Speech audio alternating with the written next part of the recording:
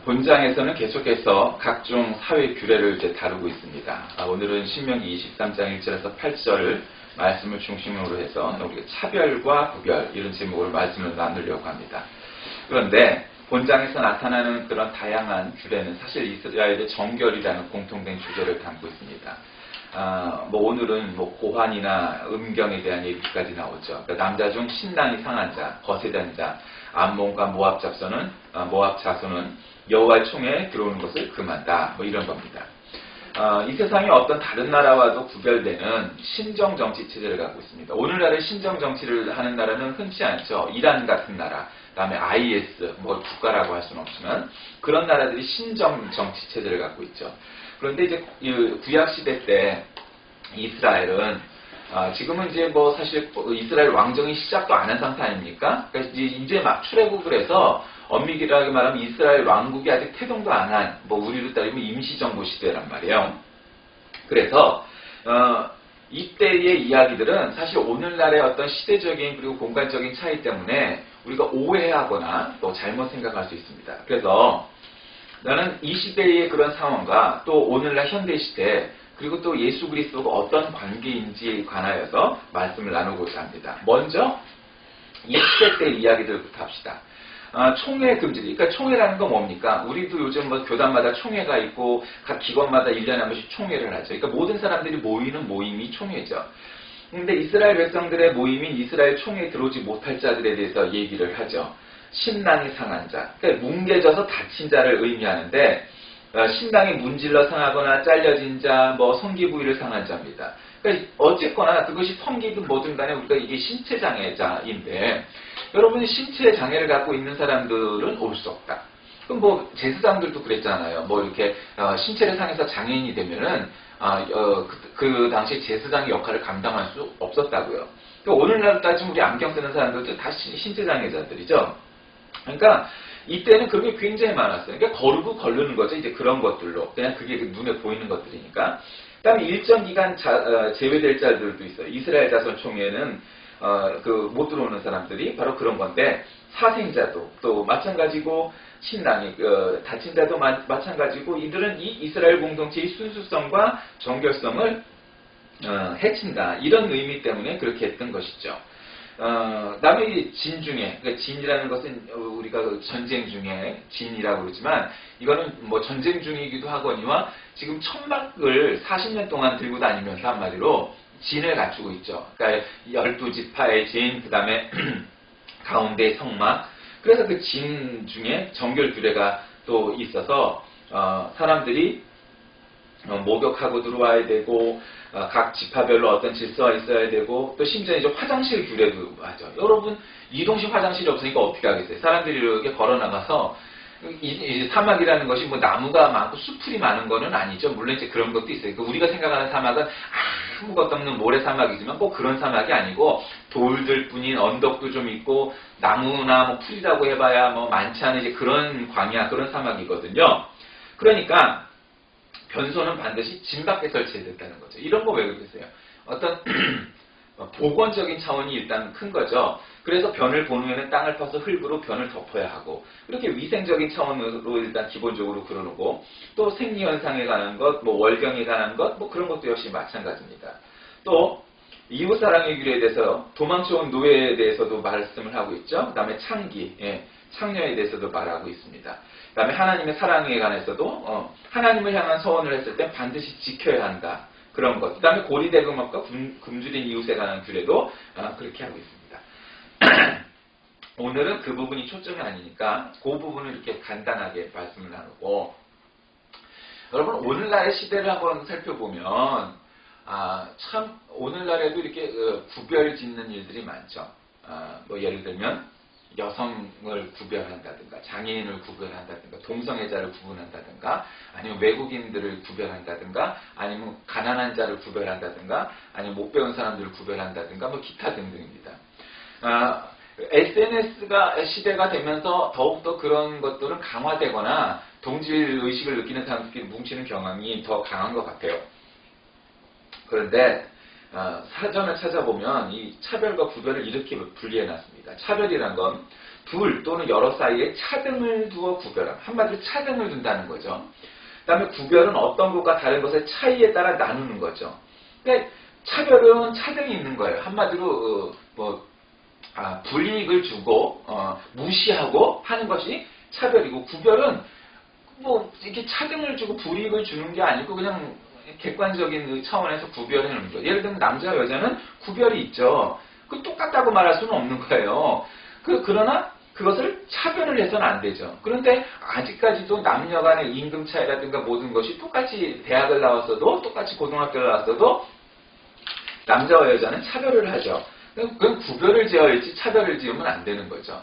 그리고 또 성별이란 말이 있어요. 오늘 이제 본문에도 그런 개념들이 나오는데, 성별이란 건 뭐냐면 구별을 하긴 하되 사람이나 물건을 신성한 일에, 하나님의 일에 쓰기 위해서 따로 구별하다. 이것이 사전적인 의미의 성별입니다.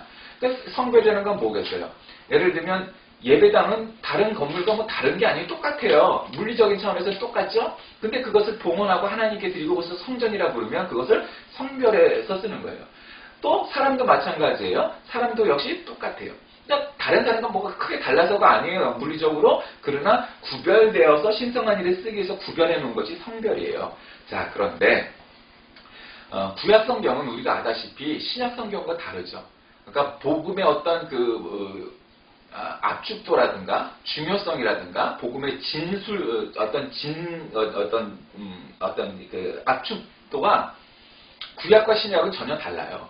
그러니까 구약은 한마디로 여러분 이슬람 신자들이 구약 성경 볼까요, 안 볼까요? 봐요.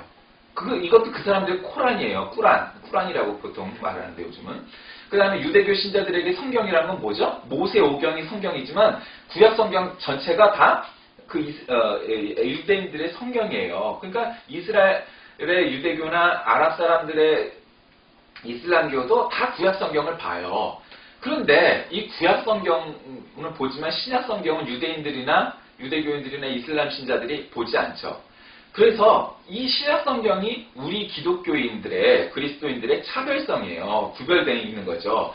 근데 문제는 구약과 신약이 한마디로 이 밀도가 다른 성경이라는 거죠. 한마디로 구약은 율법에 관해서 이야기한다면 신약은 복음에 관해서 얘기하는 성경이에요. 그러니까 물론 구약 성경만으로도 구원 받았겠죠. 받을 수 있고. 그러나 신약 성경에는 질적으로 그 차원이 다른 얘기라는 거죠. 근데 그 신약과 구약을 가늠하는 나누는 그 정점에 누가 계시냐? 그건 바로 예수 그리스도가 계시다는 거예요.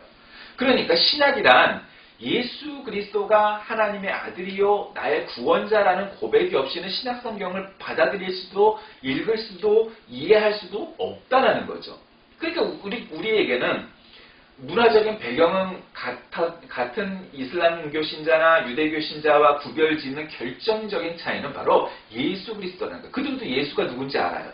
근데 그들은 그저 평범한 선지자 혹은 예언자인 거죠. 모하멧 혹은 무하마드와 달리 그보다 못한 예언자라고 여기는 게 이슬람 신자들이고 유대인들도 알긴 하는데 그런 평범한 예언자라고 보는 거죠. 부활하지도 않았고 십자가에서 죽고 그냥 끝났다는 거죠. 그런데 우리는 그분의 부활을 믿고 또 그걸 간증한 사람들, 고백한 사람들이 있기에 우리는 그분이 하나님의 아들이라고 알고 믿는 것이 그리스도인들인 거예요. 그래서 구약과 신약을 나누는 것이 예수 그리스도의 십자가, 그분의 능력, 보혈의 능력, 그것입니다. 그래서 구약과 신약을 나눠요. 구약 성경에는 그 음식 얘기 우리가 레위기라든가 민수기 때 그런 얘기 나왔을 때도 구약 성경에서 먹지 말라는 거 많아요. 오징어 같은 거 이렇게 먹으면 안 되는 거예요. 근데 지금은 먹어도 괜찮아요. 구약 성경에는 절대 피를 먹으면 안 돼요. 요즘 할랄에 대해서 뉴스에도 나오죠. 근데 할랄이라는 개념 자체를 우리가 문화적인 차원이 아니고 종교적인 차원에서 본다면 그건 구약적인 차원인 거예요. 신약은 이미 우리는 해방된 거예요. 그러니까 우리는 선지국을 먹어도 관계가 없어요.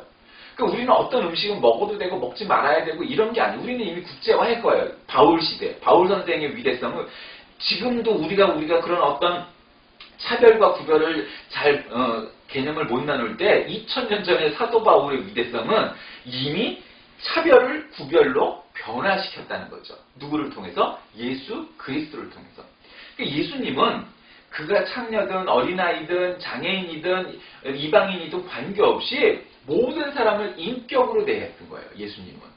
예수님이 만난 사람들을 보세요. 그는 가난한 사람들, 어린아이, 창녀, 이방인 그런 사람들을 바리새인이나 사두개인, 총독이나 이런 사람들과 구별을 지어갖고 차별을 했고 구별을 했나요? 아니요, 안 했어요. 그러니까 구약 성경에서 음식과 사람과 모든 것에 대한 차별이 있었다면 신약 시대에는 예수님 이후에 우리에게는 차별은 없고 오직 구별은 있을 수 있죠. 구별, 남자와 여자가 구별된 거지. 그게 똑같다 이렇게 말하는 건 말이 안 돼요. 그러나 차별은 안 되는 거예요. 그러니까 구약 성경에 나는 구약 성경을 한마디로 요약할 수 있는 어떤 키워드. 그게 뭐냐? 난 그거를 차별이라고 보는 거죠. 그런데 그것을 예수님을 통하여 예수 그리스도의 십자가의 능력을 통하여 이제는 그것을 구별은 하되 차별은 하지 않는 거예요. 그러니까 오늘날 우리가 이주 노동자들 그다음에 혼인으로 인해서 이주한 그런 사람들을 보면서 우리는 원래 잘 사는 나라고 저기는 못 사는 나라에서 왔으니까 저 사람들은 우리와 달라 하고 차별하면 안 된다는 거죠. 그러나 구별을 할 수 있죠. 이미 계통이 다른 거잖아요. 그렇죠? 지금은 국적은 대한민국이지만 캄보디아계, 태국계, 라오스계, 필리핀계, 한국인이죠. 그러니까 그거를 우리가 무시할 수는 없어요. 그러나 그건 차별이 아니라 구별이어야지 차별로 가면 안 되는 거죠. 장애인도 마찬가지입니다.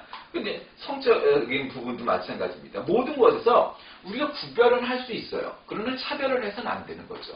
예수님은 어떠한 종류에 있던 사람도 사실은 어떠한 사람도 무시하거나 차별하지 않으셨어요.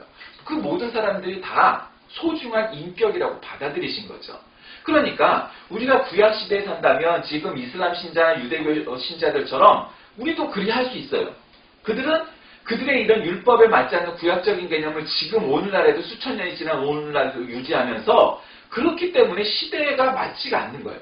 국제하는 곳하고 시대도 안 맞아요. 공간적으로도 안 맞아요.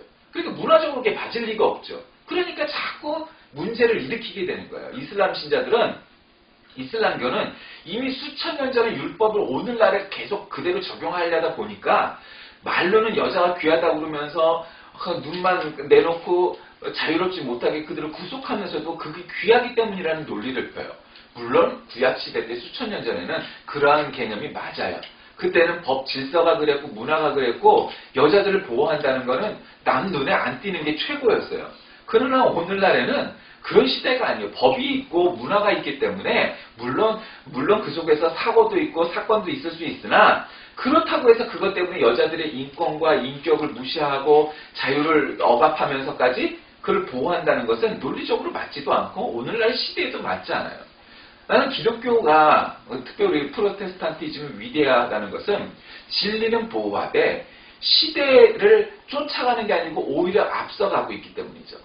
소위 말하는 진보신학을 하는 분들이 해방자 예수라고 말하는 것이 여러분은 우리가 가슴에 와닿지 않겠지만 2000년 전에 한번 생각해 보세요. 2000년 전 그 구약적인 개념이 아주 팽배해 있던 그 시대의 예수님은 이건 해방자라는 말로는 아주 설명할 수 없는 혁명가였죠. 아니 어떻게 어린아이를 인격적으로 인정하고 장애인을 인격적으로 인정하고 창녀를 인정하고 이방인을 어떻게 그다음에 사마리아인을 어떻게 인격적으로 인정을 하냐. 그건 있을 수 없는 일이었어요. 여러분, 그건 우리가 생각하는 거하고 아주 지금 우리가 예를 들어 외국인들을 차별하고 하는 것과는 차원이 다른 차별이었어요. 그건 인간도 아니에요. 한마디로. 사람도 아니에요. 여자나 장애인이나 어린아이나 이방인은 사람 숫자에 넣지도 않던 시대에 예수님이 나타나신 거예요. 그리고는 나타나셔서 저 사람들도 너희와 똑같이 귀하다는 거예요. 여러분, 그거를 유대인이고 돈도 있고 장애도 없어서 그런 건강한 귀족적인 그런 배경에 있던 사람들이, 남자들이 인정을 했겠어요? 못하죠, 당연히. 그런데 예수님은 그렇게 하신 거예요. 여러분, 저는 그래서 성경을 율법과 복음이라는 키워드로 구약과 신약을 정리하고 대비시킬 수 있지만 또 다른 차원에선 저는 오늘날의 시대에 구약이 차별이라면 신약은 구별의 시대로 만드신 것이 예수 그리스도의 능력과 은혜라고 저는 고백을 하고 그렇게 바라다 봅니다. 오늘날 시대 우리에겐 정말 다른 그것이 외모이든 성격이든 무엇이든 간에 차별 혹은 구별할 수 있는 요소가 아직도 많이 있습니다. 그건 사람들의 역사가 끝나지 않는 한 없어지지 않을 겁니다. 그러나 그것을 차별이란 눈으로 바라볼 것이냐 아니면 구별이란 눈으로 바라볼 것이냐 하는 것은 이 사람이 진정 복음으로 무장된 예수 그리스도인인가 아닌가의 차원이라고 생각합니다. 구별은 지을 수 있을 때 차별해서는 안 되는 것입니다. 여러분, 모세는 전장의 내용과 연결해서 하나님 사랑, 이웃 사랑에 대한 상세한 규례를 오늘 본문에서 명하고 있습니다. 그래서 이러한 사람은 여호와의 총회에 들어갈 수가 없고 이러한 사람들은 성결대에서 저기 할 수 있는 그런 인물들이 아니고 뭐 이렇게 말하고 있는 거죠.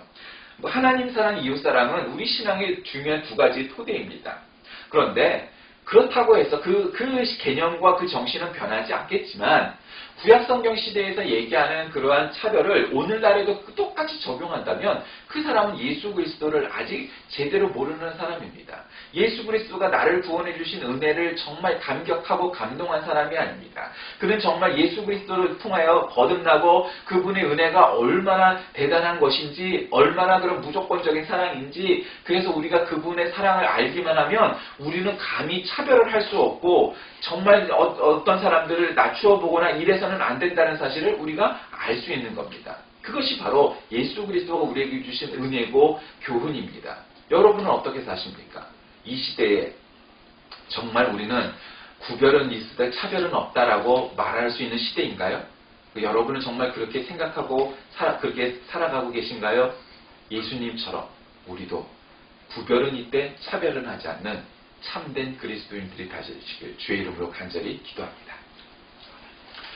살아계신 주님, 구약성경 시대에는 웬만한 사람은 정말 사람 숫자에도 포함되지 못하고 존중도 받지 못하던 시대였습니다.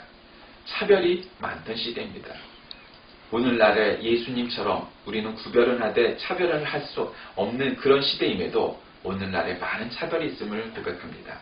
내 자신이 또한 그렇게 살고 있음을 주님 또한 고백합니다. 하나님께서 함께하사 참으로 구별은 하되 차별은 없는 시대, 예수님이 몰고 간 그런 혁명적인 개념과 정신과 사랑과 인격 존중의 정신이 우리에게 있어 나보다 못한 것 같은 그러한 사람들, 나와 다른 사람들, 감히 사회적으로 인정받지 못하는 사람들조차 우리가 그들을 구별은 하되 차별을 하지 말아야 할 이유가 오직 예수 그리스도께 있음을 깨닫게 하여 주옵소서. 예수님의 이름으로 간절히 기도드립니다. 아멘.